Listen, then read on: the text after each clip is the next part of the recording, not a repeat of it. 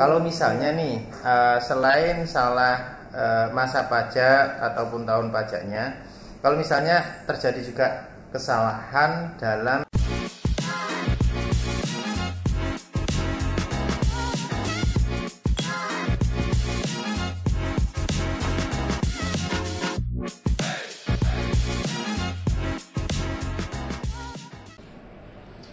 Assalamualaikum warahmatullahi wabarakatuh. Selamat siang kawan pajak dimanapun Anda berada. Selamat datang pada acara podcast KPP Madya Gresik. Nah, pada kesempatan kali ini kita nanti akan berbincang-bincang ya tentang masalah perpajakan. Sebelumnya, bagaimana kabar kawan pajak pada pagi hari ini, siang hari ini? Mudah-mudahan semuanya sehat-sehat sehingga bisa beraktivitas dengan baik. Bapak Ibu, kawan pajak, saya perkenalkan dulu. Saya Herdiana dan saya Subianto dari KPP Madya Gresik. Pada kesempatan kali ini kita akan berbincang-bincang. Adapun temanya adalah tentang layanan aplikasi EPBK. Nah, tema ini mungkin sering dibicarakan pada pekan-pekan akhir ini. Nah, mungkin nantinya kawan pajak itu pengen tahu apa sih yang dimaksud dengan layanan aplikasi EPBK itu, dan bagaimana caranya. Nah, nanti mudah-mudahan hal itu terjawab dengan mengikuti perbincangan kita kali ini. Nah, baiklah, untuk itu kita mulai saja perbincangan kita. Dan sebelum kita masuk ke layanan aplikasi EPBK, ada baiknya kita ngobrol-ngobrol dulu tentang apa itu permohonan pemindah bukuan atau biasa disingkat dengan PBK. Mungkin di antara kawan pajak belum pernah mengajukan permohonan PBK sehingga belum tahu apa itu permohonan PBK atau pemindah bukuan. Nah, untuk itu silakan Pak Subi, kita bicarakan dulu apa itu sebetulnya permohonan pemindah bukuan itu ya. Iya. Ya. Oke, kawan pajak semuanya, ada beberapa wajib pajak kita yang sangat akrab dengan permohonan PBK, Bu. Oh iya, ada. Sangat akrab bahkan, ya, mungkin terlalu karena sering mengajukan. Sering sekali gitu. Tapi ada juga wajib pajak kita itu yang jarang atau bahkan kayaknya ada yang belum pernah sama sekali mengajukan pemindah bukuan. Ya. Mungkin karena nggak pernah mengalami kesalahan dalam pembayarannya. Jadi kawan pajak, yang dimaksud dengan pemindah bukuan atau permohonan pemindah bukuan itu adalah proses pemindah bukuan atau permohonan pemindah bukuan dari pembayaran yang tadinya itu ada kesalahan dalam penyetoran ataupun pembayarannya menjadi penerimaan pajak atau penerimaan negara yang yang sesuai dengan yang seharusnya. Gitu. Ya, jadi kesalahan ini biasanya pada waktu pengisian di e-billingnya ya Pak Subi ya. Jadi waktu ngisi e-billingnya mungkin kesalahan itu ngisi masa pajaknya mungkin salah mereka. Jadi yang harusnya masa pajak Oktober 2022 ternyata salah input, ternyata terinput Desember 2022. Atau mungkin tahun pajaknya ya yang kadang-kadang salah ya Pak Subi. Enak-enak ngisi Oktober 2022 ternyata salah Oktober 2021. Ya. Nah, untuk itu kan wajib pajak tidak perlu khawatir ya Pak Subi ya. Kalau misal terjadi kesalahan itu tidak akan hilang setorannya ya. Ya, jadi kalau masa pajak tadi salah bisa dipindah bukuan, tahun pajak juga begitu ya Pak Subi ya. Nanti benar, kalau bisa. ada kesalahan ya. Iya. Jadi 2021 bisa diubah ke tahun 2022 tadi. Iya. Kemudian yang salah lagi kira-kira apa Pak Subi? Kalau misalnya nih, selain salah masa pajak ataupun tahun pajaknya, kalau misalnya terjadi juga kesalahan dalam penulisan kode jenis pajaknya yang 6 digit pertama itu misalnya 411 211 untuk PPN, terus 3 digit terakhir yang 100 atau 102 atau 300, 310 atau 920, 910, nah itu kode setoran. Kalau kejadiannya adalah salah kode setoran ataupun kode pajaknya, bisa juga diajukan pemindah bukuan. Terus kemudian bisa juga karena salah dalam penulisan NPWP-nya. Ya, misalnya. Kadang-kadang NPWP itu salah juga ya. Kalau salah penulisan NPWP-nya pun bisa diajukan pemindah bukuan gitu. Nah, syarat-syaratnya apa aja untuk pemindah bukuan yang sampai saat ini menggunakan PMK 242 itu adalah syaratnya pertama harus ada permohonannya yang jelas. Yang dipindah bukukan itu NTPN-nya yang mana, dipindah bukukannya itu ke mana, dan juga nilainya berapa, harus jelas. Kalau misalnya nggak jelas, otomatis kita yang memproses pun bingung nanti. Minimal kan NPWP sumbernya dari mana jelas, NPWP-nya pemohonnya jelas, kemudian tujuannya juga jelas, nanti baru kita bisa lakukan pemindah bukuan. Pertama permohonan kan tadi. Yang kedua adalah terkait dengan apa yang harus dilampirkan. Pertama adalah minimal ada bukti setoran aslinya untuk yang ada tanda tangannya. Kalau misalnya tidak ada tanda tangan atau tidak perlu ditandatangani, misalnya dari bank, maka fotokopian pun nggak masalah sepanjang ada NTPN-nya. NTPN-nya terlihat jelas ya. Jadi bukti store itu yang kami baca utama adalah NTPN-nya. NTPN-nya, karena dari NTPN itu kita tahu ini benar-benar sudah dilakukan pembayaran atau belum ya, Pak nanti situnya. Khusus untuk yang ketika salah menuliskan NPWP ada tambahannya yaitu surat pernyataan. Apabila yang mengajukan adalah bukan pemilik pembayarannya, ataupun juga ditambahi dengan identitas dari penyetornya itu sendiri. Jadi itu khusus untuk yang salah NPWP atau dipindah bukuan ke NPWP yang lain. Nah itu untuk proses pemindah bukuan yang sampai saat ini kita lakukan ya. Artinya memang pemindah bukuan ini kalian baca yang di KPU Gresik saat ini berlakunya seperti itu. Masih semuanya menggunakan permohonan kertas yang dikirim melalui jasa ekspedisi atau pos maupun karena memang masih manual maupun dikirimkan langsung ke kantor pajak atau diantarkan lah bahasanya ya. Itu kemudian kalau di kita. Ada lagi itu Pak Subi. Kalau ada kelebihan bayar, kesalahan bayar itu masih bisa dipindah bukukan itu ya. Jadi memang itu juga tidak akan hilang kelebihannya itu ya. Jangan khawatir itu nanti bisa diajukan permohonan. Ya, untuk kan pajak yang misalnya bayarnya lebih besar dari yang seharusnya bisa juga diajukan pemindah bukuan. Pemindah bukuannya itu sesuai dengan nilainya. Kalau misalnya tadi contohnya pemindah bukuannya dari misalnya harusnya dibayarnya 10 juta misalnya contohnya tadi kan gitu ya. Terbayarnya 15 juta.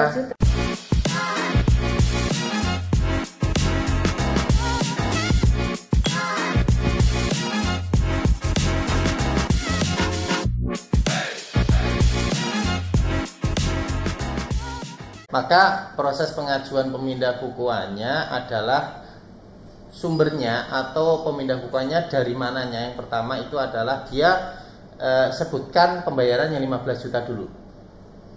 NTPN-nya berapa, jenis pajaknya apa, NPWP-nya yang mana, terus nilainya 15 juta. Nanti tujuan pemindah bukuannya adalah kelebihannya saja yang ditulis. Jadi tadi kan 15 juta, berarti lebihnya 5 juta ya. Nah, 5 juta ditaruh di bawahnya. Nah, 5 juta ini dipindah bukukan dengan nilai 5 juta kemana gitu pindah? Iya, ke NPWP yang mana, jenis pajak yang mana, jenis setoran yang mana, masa pajak dan tahun pajak yang mana. Nah, seperti itu.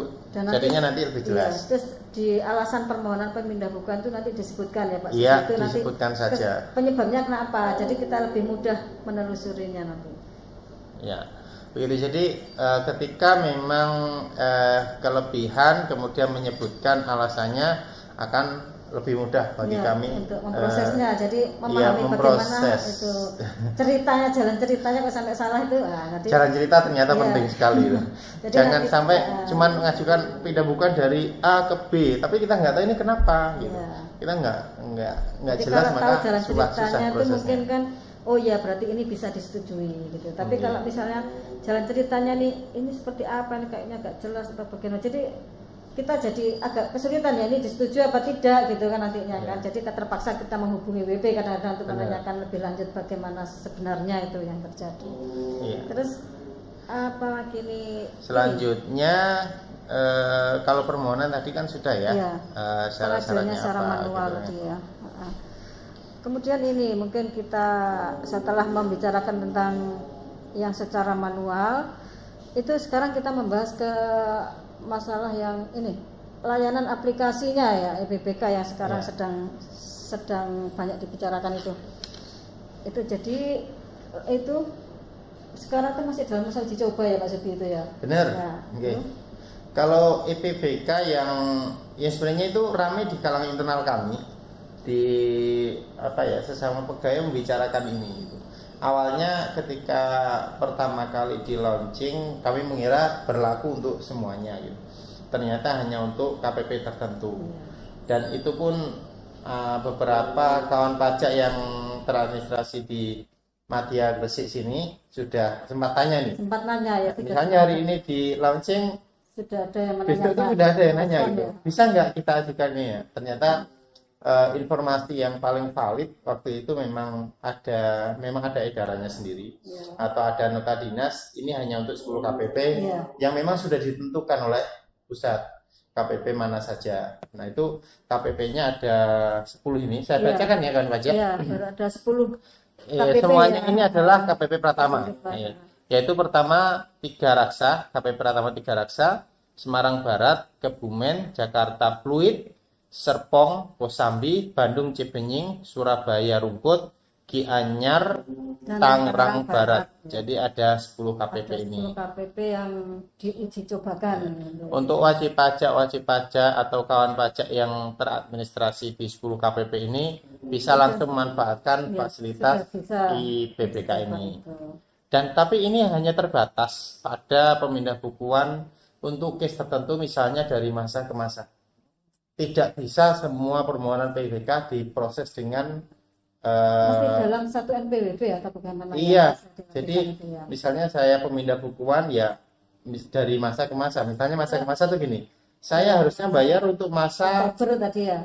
September harusnya misalnya, tapi ternyata terbayarnya untuk Oktober karena saya buat billingnya bulan Oktober.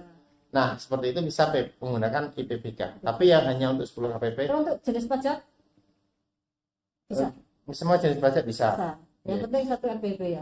Jadi satu NPWP belum bisa kayaknya. Benar. Jadi tidak semua jenis atau tidak semua proses bisnis PBK itu bisa diproses dengan aplikasi PBK ini. Karena untuk konfirmasi kebenaran pembayaran sendiri oleh sistem itu saat ini masih terbatas.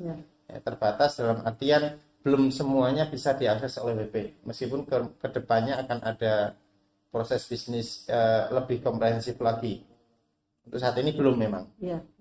Jadi ini untuk uji coba ini berlaku di 10 KPP itu dengan alasan karena dari 10 KPP ini merupakan KPP yang volume pengajuan permohonan pemindah bukuannya paling banyak ya dari. Iya benar. Terutama ini untuk kasus pemindah bukuan karena pemecahan pembayaran. Pemecahan pembayaran yang paling banyak itu untuk teman-teman kita yang di KPP transaksinya itu adalah penjualan tanah atau bangunan terkait dengan perumahan. Yang awalnya pembayarannya itu secara gelondongan. Jadi satu NPPN. Iya, begitu sudah laku langsung dipecah sampai ratusan, sampai ribuan. Nah itu sebenarnya pekerjaannya itu terlalu besar gitu, karena kan itu dianggap satu permohonan sebenarnya, satu permohonan tapi dipecah sampai sekian ratus, dan itu jadi itu menjadikan volume permohonan bukunya itu menjadi besar ya. Itu sangat besar sekali, harus benar-benar bisa di di manage dengan baik agar jangan sampai nanti ini yang seharusnya penyelesaiannya bisa dengan cepat jadi lambat karena terbacanya di sistem ini satu permohonan ketika manual, tapi ketika menggunakan IPBK sepertinya ini satu tujuan itu satu permohonan. Tapi ini karena kita nggak tahu ya Bu, karena kita nggak tahu jadi cash manajemennya ketika ada permohonan pemecahan seperti itu, apakah benar saat permohonan kayak yang sebelum-sebelumnya ataukah tidak? Karena lumayan juga kalau misalnya satu orang dikasih satu permohonan dalam jangka waktu 5 hari atau 2 minggu, itu lumayan juga, bisa tidak tidur itu nanti. Iya. Jadi terus ini uji coba tadi itu yang ini ya, yang EPBK tadi itu kan ini ada batas waktunya yang berbeda dengan yang sebelumnya ya. Kalau EPBK ini kan kita mengajunya ke cap 160 itu ya, tahun 2022, sehingga batas waktu proses penyelesaian itu 21 hari. Kalau yang dulu, kalau yang sebelumnya itu kan sudah berdasarkan PMK 242 tahun 2014 itu penyelesaian PBK 30 hari ya Pak Supiya. Itu nantinya. Jadi masa proses penyelesaian itu lebih singkat ya. Jangka waktunya ya. Jangka waktu penyelesaiannya lebih singkat. Kalau jangka waktu memang sebenarnya bukan lebih cepat ya Bu. Sebenarnya sama. Karena itu kan 14 hari ini adalah layanan unggulan. Iya, karena dia sebagai layanan unggulan yang memang harus kita selesaikan maksimal itu 14 hari. 14 hari. Meskipun sebelumnya itu diselesaikan dalam waktu 30 hari itu normal, bukan layanan unggulan. Jika layanan unggulan dia jadi 21 hari. Terus kemudian dimajukan lagi jadi 14 hari sekarang. Mudah-mudahan dengan demikian ya. Ini khusus di KPP Madya Gresik itu kita usahakan untuk menyelesaikan sebisa mungkin dalam 1 pekan pertama itu sudah selesai. Jangan sampai lebih. Karena ini jadi pelayanan yang terbaik. Iya. Karena load pekerjaan di sini memang PBK nggak terlalu banyak, tapi cukup banyak lah. Nggak terlalu banyak, tapi cukup banyak. Kalau tidak diselesaikan itu semakin menumpuk. Jadi apalagi kita didorong terus oleh pimpinan untuk segera menyelesaikan, begitu dapat pekerjaan segera menyelesaikan. Terus tidak boleh ditunda-tunda gitulah. Terus ini Pak Subinya, bagaimana cara ini lamannya, IPBK itu, terus bagaimana cara di ini pajak 2ID-nya itu? Kalau IPBK sudah IPBK bagaimana caranya gitu.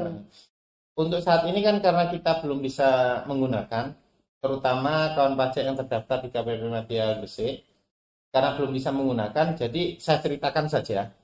Itu menunya ada di DJP online, di menu layanan. Nanti di layanan itu akan ada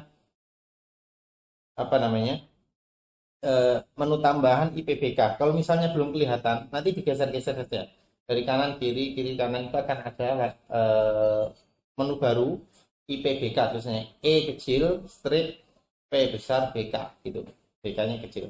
Nah, kalau itu belum ada, nanti diaktifasi dulu fiturnya di profil. Jadi tetap untuk login ke situ menggunakan akun DJP online masing-masing, tidak bisa diwakilkan. Seperti itu. Jadi yang mengajukan permohonan siapa, kemudian di situ menginput data-datanya, pemindah pembayarannya, terus kemudian nanti dipindahkan ke mana, alasannya apa. Sama seperti permohonan biasa, hanya saja ini dilakukan secara online di akun DJP online masing-masing wajib pajak. Nah, di situ. Dan ini belum berlaku untuk kita. Hanya berlaku di 10 KPP ini. Ya. Nah, mungkin nanti untuk seluruh berlaku secara nasional itu kita tunggu saja, soalnya mungkin nanti dari hasil uji coba itu perlu evaluasi dulu nanti ya Pak Sugito nanti. Iya, tentunya kan karena namanya disempurnakan mungkin ya. Iya, karena namanya kan uji coba. Yang namanya uji coba pasti kan akan ada evaluasi. Jika memang hasil evaluasinya ini positif dan memungkinkan diterapkan secara nasional, ya akan segera diterapkan pastinya. Ya, pelaksanaannya. Dan hanya saja kita tidak tahu sampai kapan ini nanti. Ya, kita tunggu saja. Ya. Kita sama-sama menunggu nanti begitu. Ada sosialisasinya pasti kalau sudah bisa. Begitu kita sudah diinkludkan dalam KPP yang bisa melakukan PPK atau mengajukan PPK dengan menggunakan aplikasi EPBK, maka kami akan sosialisasikan ulang lagi, lebih masif gitu. Karena sebenarnya kan keuntungannya lumayan juga gitu. Pertama, wajib pajak nggak perlu cetak-cetak permohonan, tidak perlu melampirkan, tidak perlu datang ke KPP juga, tidak perlu ngirim pos, tidak perlu KPP gitu, semuanya sama. Dan sebetulnya keuntungannya tadi apa Bu? Yang paling utama itu kelebihannya tuh wajib pajak itu bisa memantau. Jadi proses pemindah bukuan yang diajukan itu sudah sampai di mana. Nah itu kelebihannya di itu mungkin ya. Jadi, benar. Nah, itu ada salah satu kelebihan yang bisa dikatakan yang sebelumnya itu tidak bisa dipantau langsung gitu ya. Pemantaunya lewat telepon ya, karena wajib pajak kita terima surat telepon dari WP. Hanya saya dari sini mengajukan permohonan pemindah bukuan, kira-kira sudah sampai di mana. Nah kadang-kadang yang terjadi seperti itu ya, jadi secara mungkin memonitornya setelah lewat telepon atau ya wajib pajak. Benar. Tapi nanti kalau sudah berlaku bisa melalui layanan aplikasi tersebut. Benar. Tapi kalau misalnya nih, kalau seandainya ini berlaku benar untuk KPP Madiang Gresik juga, maka informasinya ini hanya sekedar menambah satu jalur lagi atau satu jalan lagi untuk wajib pajak atau kawan pajak mengajukan permohonan pemindah bukuan. Jadi yang jalur lamanya dikirim, itu diantarkan ke kantor, dikirim pos, tambah satu lagi menggunakan aplikasi IPBK yang sudah tersedia. Jadi tiga-tiganya ini dipakai. Jadi kalau misalnya masih belum ngerti nih masalah IPBK, saya ngajukan lewat pos manual yang lama atau diantar aja langsung, pengen ketemu sekalian sama tugas, boleh silakan. Atau saya males lihat di online, saya pengennya telepon lewat WA, monggo telepon nanyakan PBK saya sampai di mana. Tapi nanti kan butuh informasi tambahan PBK itu nomor permohonannya yang mana, atau minimal jenis pajaknya dan masa tahun pajaknya yang mana. Jadi memang ya gimana ya, namanya menambah jalan itu memudahkan sih sebenarnya. Maksudnya memudahkan, mudah-mudahan ini benar-benar nanti bisa memudahkan. Iya, memudahkan. Ya. Kita juga memberikan pelayanan yang lebih baik. Kita juga sebagai peneliti nggak perlu repot-repot meneliti, bukai kertas satu-satu. Ini sudah ada belum, dicek satu gitu. Nggak perlu lagi kalau memang kita sudah melakukan itu. Jadi dari dua sisi, dari wajib pajak ada kemudahan, dari sisi petugas penelitinya pun juga ada kemudahan. Dua itu. Kira-kira ada lagi yang sampaikan Mas Bi, atau sudah cukup? Kalau dari kami, ya tentu saja karena kami penyuluh KPP Madiang Gresik, maka tetap kami sampaikan kepada kawan pajak. Apabila ada pertanyaan, baik itu terkait dengan PBK, IPBK, atau pertanyaan lain terkait dengan perpajakannya terutama, dengan senang hati kami akan berusaha untuk menjelaskan apa yang menjadi tanda tanya di kawan pajak semuanya. Baik itu melalui kolom komentar di podcast ini ataupun melalui WhatsApp Helpdesk yang sudah tersedia di nomor 0822 6000 4636 atau lewat pelayanan bisa juga, nanti biar diteruskan ke kami di nomor 0822 6000 5636, hampir sama ya, 4636 dan 5636. Atau pertanyaan melalui telepon, silakan. Atau misalnya kawan pajak mau datang ke kantor, langsung konsultasi juga bisa. Jadi semua jalur kita coba buka agar kawan pajak semuanya tidak perlu ada yang dibingungkan. Semakin memahami aturan perpajakan, mengurangi kesalahan. Iya, kami akan coba langsung jawab pertanyaan-pertanyaan yang kawan pajak ajukan yang bisa langsung kami jawab. Kalau misalnya terkait dengan sistem atau aturan-aturan yang memang belum diatur, maka kami perlu konsultasikan ke ke pusat ya. Kadang kita kirimkan ke kantor pusat, kita kirimkan pertanyaan ke sana. Nanti jawabannya seperti apa, kami teruskan. Jadi tidak semua pertanyaan wajib pajak itu bisa langsung kita jawab. Ada yang perlu kita eskalasikan agar lebih jelas dan sesuai dengan aturan yang memang sedang berlaku. Seperti itu. Mungkin sudah cukup ya perbincangan kita kali ini tentang IPBK. Itulah kawan pajak perbincangan kita kali ini dengan tema layanan aplikasi IPBK. Mudah-mudahan apa yang sudah kita perbincangkan ini menambah pengetahuan para kawan pajak, sehingga nantinya apabila terjadi kesalahan input di billingnya, maka kawan pajak langsung bisa melakukan permohonan PBK baik secara manual maupun e-PBK. Itulah, kami mohon maaf apabila ada salah-salah kata. Akhir kata, saya Herdiana dan Subianto undur diri. Mudah-mudahan bisa berjumpa pada kesempatan lain berikutnya. Pajak kuat, Indonesia maju. Assalamualaikum warahmatullahi wabarakatuh. Waalaikumsalam warahmatullahi wabarakatuh.